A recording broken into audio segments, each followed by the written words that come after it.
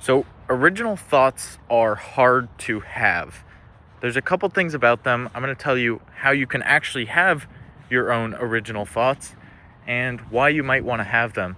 Firstly, the reason you might want to have them is that if you think about it, original thoughts are actually valuable. Like, when you look at the most successful entrepreneurs, the reason they were successful is that they had some degree of contrary thinking. I forget who it was, but I want to say it was Paul Graham who said every business is oriented around a central secret, and this secret isn't always kept, super tight lock and key, but it's essentially a reason that they should succeed. So, if you were to start your own plumbing company, that secret would essentially be, well, look, there's plenty of room in the market for a plumbing company, and that might not be obvious to other people.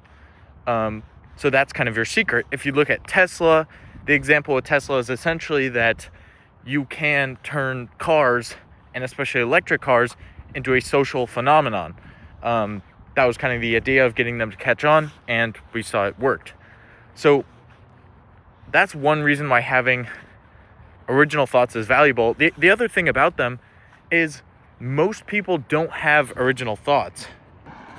And so if you think about it, anything that is scarce will become valuable as long as it, has some value. And original thoughts are scarce because they're hard to come by. It's not like you're just taking a shower or just sitting there and you instantly come up with an original thought.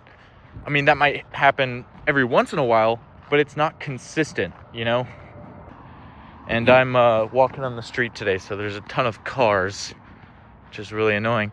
But basically, original thoughts are valuable for a few different reasons, and most people don't have their own. So I'm going to talk about how you can actually have your own original thoughts and find original ideas. And my main kind of thing that I was going to say was I was just going to talk about walking and the value of going for walks, but I've got some other ideas as well. So let's just start with walking. First off, walking just gets the mind moving. So if you're working on a problem at your desk and you have this problem, it's still occurring and you can't figure out how to solve it, one thing that can help tremendously is just to go for a quick walk. And as soon as you start walking, it feels like the gears in your head just get some lube poured on them and they just start working so much better. And so that's kind of one of the best things you can do for actually thinking. But there's a couple of other things that actually work for coming up with original thoughts. And so I think the first thing is actually having kind of knowledge that supports whatever you're trying to learn about or whatever problems you're trying to solve. So for me, this means basically listening to podcasts and reading books about entrepreneurship, because that means that whenever I'm thinking or going for a walk and thinking about a certain topic, I can draw from different kind of anecdotes and like facts that I've heard in order to help me form new thoughts. And these thoughts ultimately are the product of combining what you know with what someone else knows to come up with something semi-new. I mean, a lot of original thoughts are shared, even if you don't know other people who have them. That's why, a lot of the times if you go to start a business, it might look like a very uncrowded marketplace, but once you start to get into it, you'll realize there are other providers out there already solving the problem.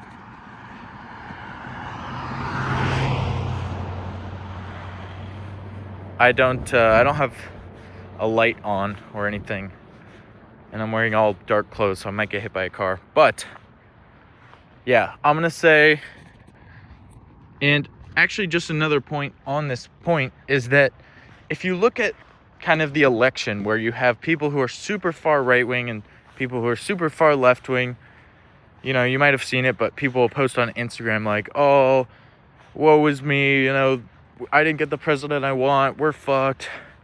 And all these people are just super narrow-minded. I mean, it's the dumbest thing ever.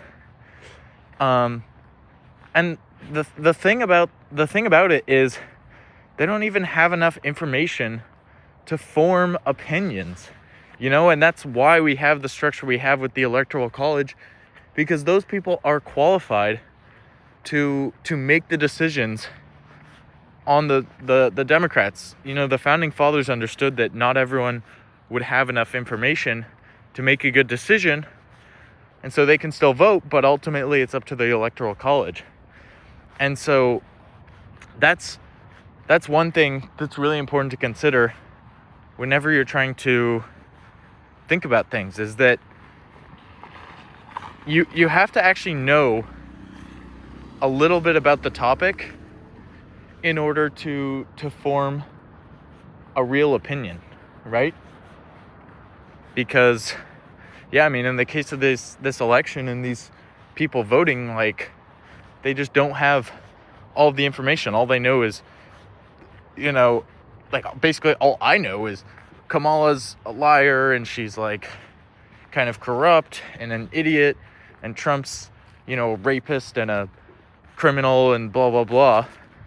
And that's just the rhetoric that you get. It's not actual information. It's not actual facts.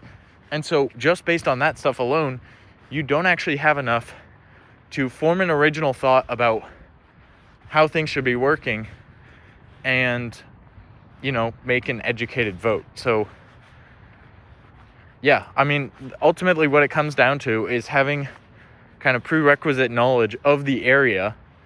Like, I would never have an original thought on tariffs because I don't understand how that plays into the economy as a whole, right? If you can lower income taxes because you have tariff revenue, and if that offsets the price increase that consumers see, maybe that's a good thing, but I don't actually know how that works. And so I'm just not gonna form an opinion on it. And if I wanted to form an opinion on it, I would probably read a few books about tariffs and about this stuff and see what they say and see if I can apply that to my question or my problem. And so that's one thing. And then the other thing is just to get out there and just walk and, begin your walk with kind of a problem or a question in your mind and just kind of mull over it, like, especially, I make, YouTube videos quite obviously, and I don't have an objective. I don't sell anything. I don't, promote anything. I don't make any money from my channel, because I believe the biggest benefit to date for me on YouTube has just been kind of this feedback loop where when you think about making a video, I make a video every single day, you have to be able to take an idea and think about it and say something at least remotely kind of interesting about it, because if I just got on here and said the exact same things as other people said, I wouldn't find it interesting and no one else would find it interesting. So just writing things or saying what you're talking about is one of the easiest ways. Maybe easiest isn't the right word, but it's probably one of the most productive ways to actually think about things and to form unique thoughts. So I think that's really all I have to say on this video. Again, I just want to emphasize the value of unique thoughts. When I dropped out of college, I was going for a walk basically every single day. I was listening to a bunch of books about entrepreneurship and about, making money.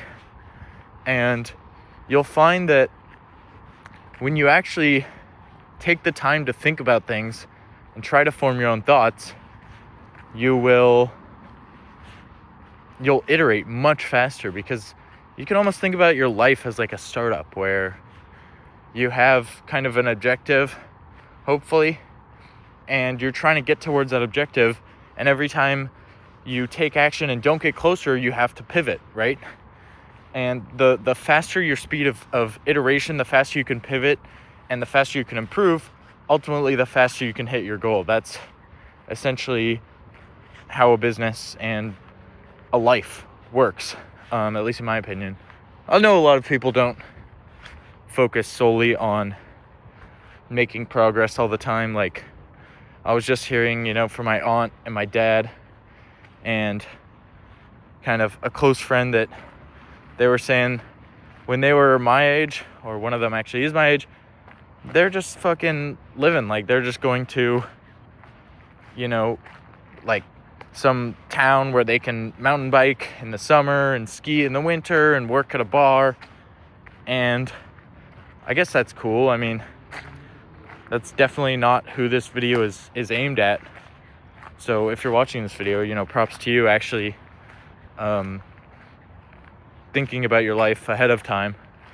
But yeah, I would say if you can actually put yourself on a good trajectory and do that by forming unique thoughts and taking actions on them, then you're gonna be at a huge advantage. So that's the video. Buy my course. It's only $10 million.